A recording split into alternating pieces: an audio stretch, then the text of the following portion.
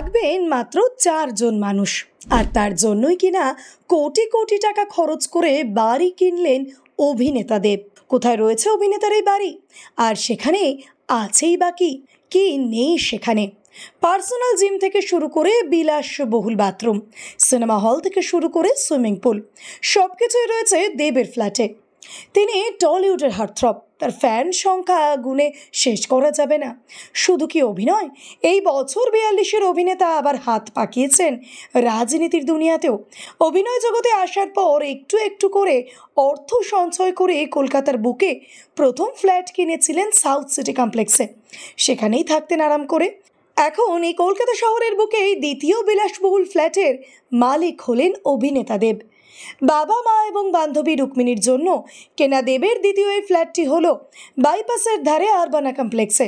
সেখানে এই সব থেকে দামি ফ্ল্যাটটি কিনেছেন এই অভিনেতা। দেবের এই ঝা চকচকে ফ্ল্যাটের ড্রয়িং রুমে রয়েছে নীল রঙের এক দোলনা, যেখানে একবার বসে দোল খেলেই আপনার সমস্ত ক্লান্তি দূর হয়ে যাবে। সেই সঙ্গে দেওয়ালে থরে থরে সাজানো রয়েছে দেবের পাওয়া সমস্ত পুরস্কার। এরপর আসি দেবের বাথরুমের বিষয়। একেবারে পরিপাটি করে সাজানো বাথরুমে রয়েছে এক সুন্দর জাকুজি, যা দেখলে স্নান করতে চাইবে আপনার মন। শুধু কি তাই, রয়েছে এক সুবিশাল সুইমিং পুলও, যেখানে মাঝে মধ্যেই স্নান সারতে সারতে পোষ্যদের সঙ্গে সময় কাটান অভিনেতা।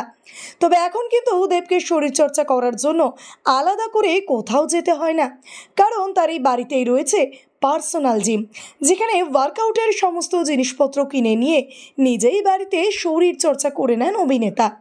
কি ভাবছেন এখানেই শেষ? একেবারেই না।